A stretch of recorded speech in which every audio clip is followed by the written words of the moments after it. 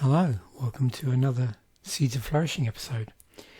So, in a previous episode, I'd mentioned about some studies that I was doing and how I'd, over time, gone from studying philosophy to consciousness studies to philosophy of mind and flip-flopped between those, and how I was becoming interested again in consciousness studies. So I was going through my modest library the other day, and I stumbled across a book I already have, which is this Conversations on Consciousness. So I thought I'd do a small episode just showing you what's in the book, in case it's something you're interested in maybe reading around.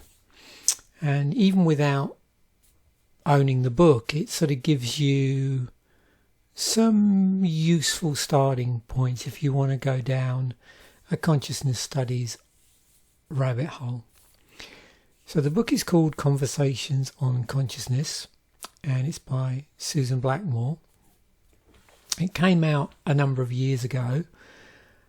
I believe I actually picked up my original copy just before I moved over to Nova Scotia. So sometime between 2006 when it came out and around 2010. I think it was one of the last books I bought on the mind and consciousness before my move. And I just wanted to show you what's in the table of contents.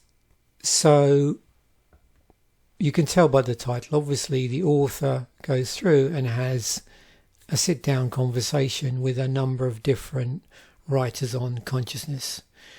They could be pure philosophers, they could be scientists who specialise in that area, or they could be certain individuals that maybe do double duty. As you can see, this is the first part of the list here, and it goes through in alphabetical order rather than order in which the sort of theory was postulated, if you like. So it starts off with Bernard bars, and if we go down we can see here alphabetical order. So if you're at all familiar with philosophy of mind or theories of consciousness, you'll probably already recognise some of these names. And then there's the rest of the people that she interviewed and had conversations with.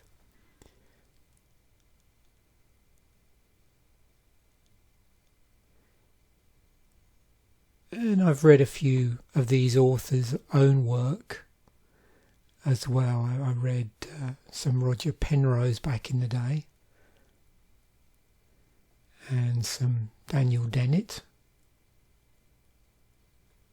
some David Chalmers, but also a number of these authors I read a little bit about when I had to do my short course with Oxford University, or I didn't have to, I made a choice to, when I was doing philosophy of mind, and the David Chalmers textbook that we had to buy had various papers in it by a number of these authors,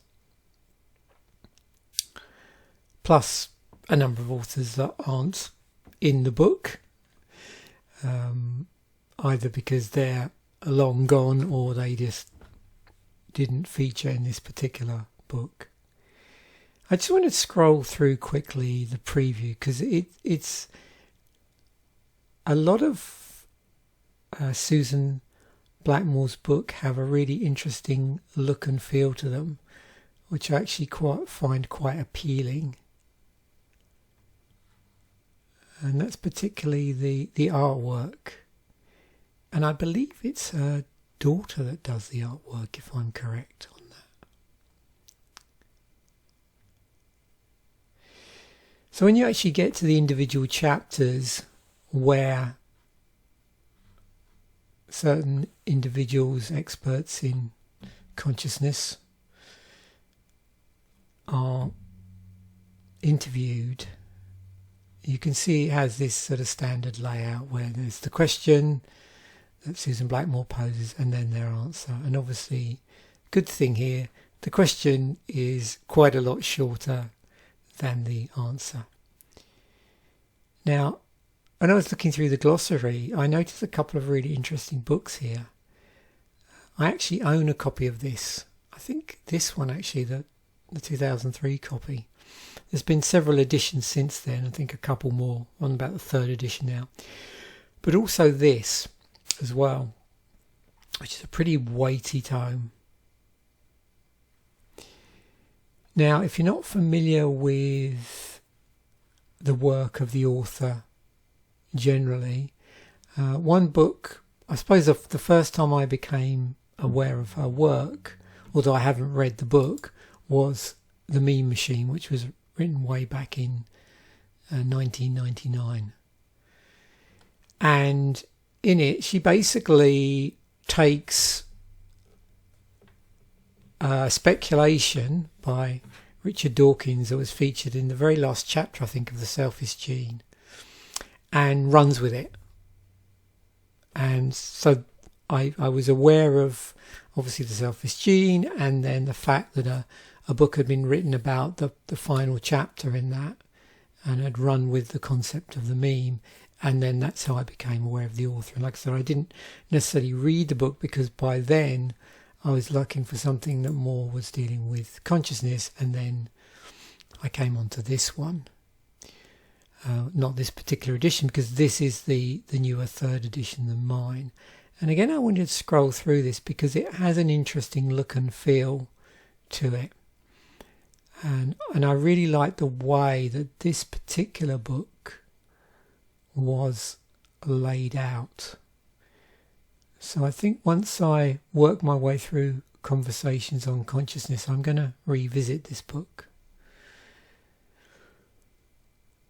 So I'm going to see if I can get down to the first chapter and show you exactly what I mean.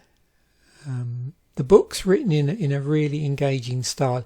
It is designed as a textbook, and in this particular edition, I don't think mine had it in it. It actually has, I suppose, what you would think of as a lesson plan in here. Maybe that was back up at the top. Let me just see if I can find. Oh, there it is. I think. Yeah. So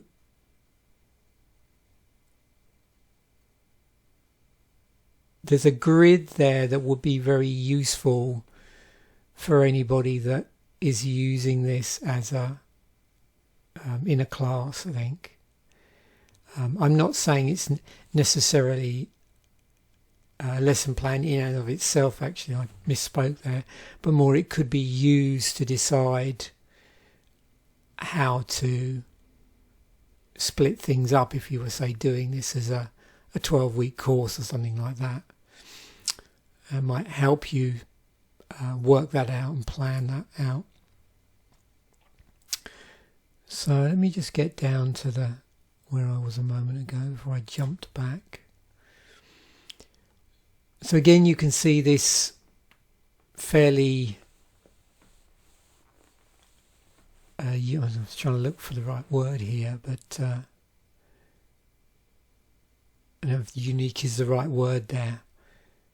But distinctive is the word I'm looking for. Distinctive artwork that's used in here. But what's interesting is these practice. So you get to practice with your consciousness. I found that really interesting. And then all the way through, you've got these little profiles as well of various writers on consciousness that might be mentioned in the course of a chapter. The nice thing as well from an academic standpoint is it's very well referenced. And you see another activity there. Another profile and so on. And then another really useful thing, and I wish a lot more textbook authors would do this. The recommended reading is nice and succinct, like it's pretty manageable. Like sometimes I've read course textbooks or books that are designed to support courses, and the reading materials seem to just go on forever.